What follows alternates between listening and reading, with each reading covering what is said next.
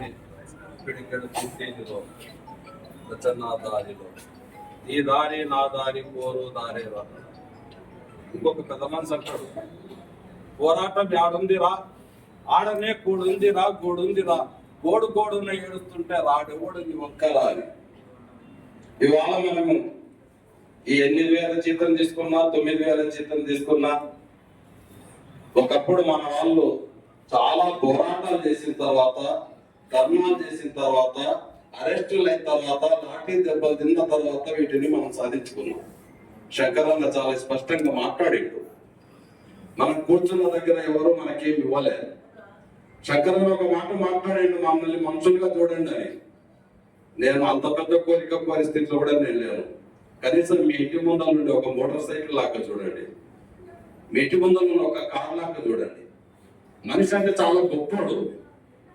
ఒక కార్కు మీరు పెట్రోల్ ఎంత కావాలని చేస్తున్నా లేదా? ఆ కార్కి ఎప్పుడు సర్వీస్ వస్తే అప్పుడు చేపిస్తున్నారా లేదా? మోటార్ సైకిల్ ఎప్పుడు చనిపోతే అప్పుడు దాన్ని బాగా చేపిస్తున్నారా లేదా? నా కార్కు ఇప్పుడు రోగం వస్తే ఈఎస్ఐ హాస్పిటల్ లేదు, ఆ కార్కి చేసే సర్వీస్ కూడా నా వంకి లేదు. మా కార్మికుడు కడుపు నిండా తిండి లేదు. ఒక మనిషి, ఒక కుటుంబం బతకాలంటే ఎంత చింతపండు కావాలి, ఎంత ఉల్లిగడ్డలు కావాలి, ఎంత మంచి నూనె కావాలి, ఎంత పప్పు కావాలి, ఎన్ని గుడ్లు కావాలి, ఒక లెక్క గవర్నమెంట్ వేసింది. ఆ గవర్నమెంట్ లెక్క ప్రకారము 18,000 రూపాయలు కనీసం ఇవ్వాలనేది గవర్నమెంట్ చేసిన రూలు. అంతకంటే తక్కువ ఇస్తే ఆ కుటుంబం జీవించదు. నీ కారుకు పెట్రోల్, 1 లీటర్ పెట్రోల్ వేస్తే 50 కిలోమీటర్లు నడుస్తావు. నీ కారుకు, నీ మోటార్ సైకిల్ కు నీవు 1/2 లీటర్ వేసి మోటార్ సైకిల్ నడపగలుగుతావా? మరి నాకు సగం కడుపుకు పెట్టి నన్ను పని చేయమని చెప్తే నా కార్మికుడు ఎట్లా పని చేస్తాడు? అది మనం ఆలోచన చేయాల్సి. కాబట్టి మీ కార్మికుడికి కనీసం మీరు ఎంతో లాగా చూడండి, మనుషుల్లాగా చూసే పరిస్థితి అది ఎంకస్థితి వస్తుందని చెప్పి మేము ఆలోచన చేస్తున్నాం. వ్యవసాయ వృత్తిలో యూనియన్, అదే విధంగా గ్రామ పంచాయతీ మల్టీపర్పస్ వర్కర్స్ యూనియన్ సభ్య సమావేశం 5 డిమాండ్ పెట్టింది. ఈ 5 డిమాండ్లు చాలా న్యాయమైన డిమాండ్. నేను ఒక్కటి కూడా కొంత కోరిక లేదు. చచ్చిపోతే, ప్రమాదంలో చచ్చిపోతే 5 లక్షలు ఇవ్వాలి. 5 లక్షలు ఎందుకైతే వాస్తవానికి వాళ్ళు చనిపోతే 50 లక్షలు తీసుకుంటున్నారు, 1 కోటి రూపాయలు తీసుకుంటున్నారు. అవి కూడా సరిపోతుంది కానీ మాట్లాడుతూ ఉన్నారు. గాయపడ్డ వాళ్ళకు 5 లక్షలు ఇవ్వాలి అనేది ఈ చిన్న చిన్న డిమాండ్. ఈ 5 డిమాండ్ మీరు నెరవేరిస్తే మేము సంవత్సరానికి 50 రూపాయలు కడతామని చెప్పి కూడా పెట్టిండ్రు. అంటే ఇంతకంటే తక్కువగా డిమాండ్ చేసే పరిస్థితి ఇంకేముంది అనేది మనం ఆలోచన చేయాల్సిన అవసరం ఉంది. దీన్ని సాధించాలంటే ఏం చేయాలి అది అసలు విషయం.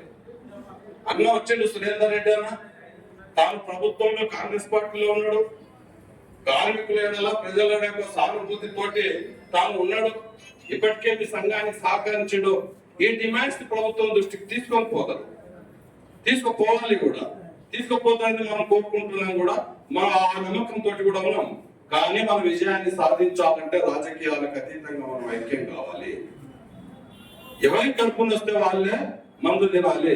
మనకి రెక్కలు తప్ప ఆస్తులు లేని వాళ్ళం. మనం రెక్కలు తప్ప ఆస్తులు లేని వాళ్ళని ఏం చేయగలుగుతున్నాం? ఇప్పుడు మనం ఎక్కడైనా ఎంఆర్ ఆఫీస్ కి పోతేనో, పోలీస్ స్టేషన్ కి పోతేనో వస్తుంటే అక్కడ చూసి వాడు అప్పుడే చూస్తాడు. వాడు కారు దిగి మంచి బట్టలు వేసుకొని వస్తే రామయ్య కూర్చో అంటాడు. అదే మనం ఈ డ్రెస్ వేసుకొని పోయినాం అనుకోండి, చింతకాయల పేరుతోటి పోయినాం అనుకోండి, ఉప్పు వేయల పేరుతో పోయినాం అనుకోండి, ఎవరో వచ్చేటోడు అంటాడు. అంటే ఎందుకు తేడా వచ్చింది? ఆయన మనిషే, మనం మనిషే. ఆయన శిస్తు కడుతున్నాడు, మనం శిస్తు కడుతాం. ఆయన ఓటేస్తున్నాడు, మనం ఓటేస్తాం. ఈ తేడా ఎందుకు వచ్చిందంటే అక్కడ ధనం బలం నడుస్తుంది. ధనం బలం లేనితోటి మనం ఏం చేయాలంటే, ధనం బలం లేని వాడ జనం బలం చూపించాలి కదా అని అన్నాడు. మనం జనం బలంతో వాటిని సాధించాలి, ఐక్యతతో మనం సాధించగలుగుతాం. అటువంటి ఐక్యత సాధించడంలో రాజకీయాలకు అతీతంగా ఐక్యం కావాల్సిన అవసరం ఉంది. ఇవాళ కార్మిక సంఘాలు కూడా రాజకీయ పార్టీలకు అనుబంధంగా మారి ఆ పార్టీ రాజకీయ ప్రయోజనాలు నెరవేర్చడం కొరకు కార్మిక సంఘాలు చీలిపోతా ఉన్నాయి. నేను నిజం చేసి విజ్ఞప్తి ఏంటంటే, వెంకటన్న మాట్లాడుతూ చెప్పిండు, నాగన్న మాట్లాడుతూ చెప్పిండు, మేము ఒక ఇండిపెండెంట్ కార్మిక సంఘం అని చెప్పి మనకు ఇండిపెండెంట్ కార్మిక సంఘాలు అభివృద్ధి చేసుకోవాల్సిన అవసరం ఉంది. అది కమ్యూనిస్టులా, కాంగ్రెస్, బీజేపీ, టీఆర్ఎస్, టీడీపీ ఆ పార్టీలకు అనుబంధంగా ఉంటే ఆ పార్టీ ప్రయోజనాల కొరకే కార్మికులు ఉపయోగించుకుంటున్నారు. పార్టీ ప్రయోజనాల కొరకు పార్టీ ప్రయోజనాల కొరకు కార్మికులు కాదు, కార్మికుల ప్రయోజనాల కొరకు పార్టీ ఉండాలనే పరిస్థితిని తీసుకురావాలి.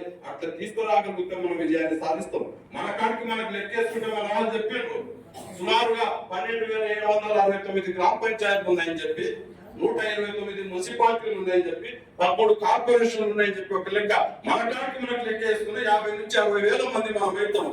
వెంకటరమణ మాట్లాడుతూ మొత్తం సర్వీస్ రంగంలో ఉన్న కార్మికుల గురించి మాట్లాడాడు. అంటే మంగళోళ్ళు, చాకలోళ్ళు, కుమ్మరోళ్ళు, ఇట్లా చెప్పులు కుట్టేటోళ్ళు, రకరకాల వృత్తులన్నిటి గురించి మాట్లాడాడు. వాటన్నిటిని లెక్కేసుకుంటే ఈ రాష్ట్రంలో 70% మనం ఉంటాము.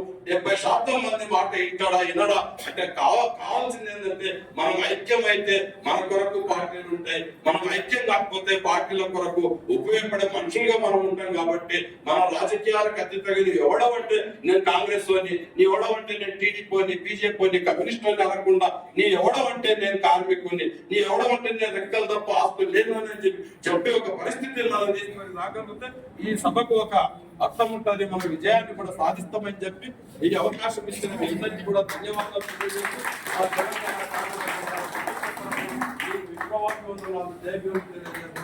జై తెలంగాణ.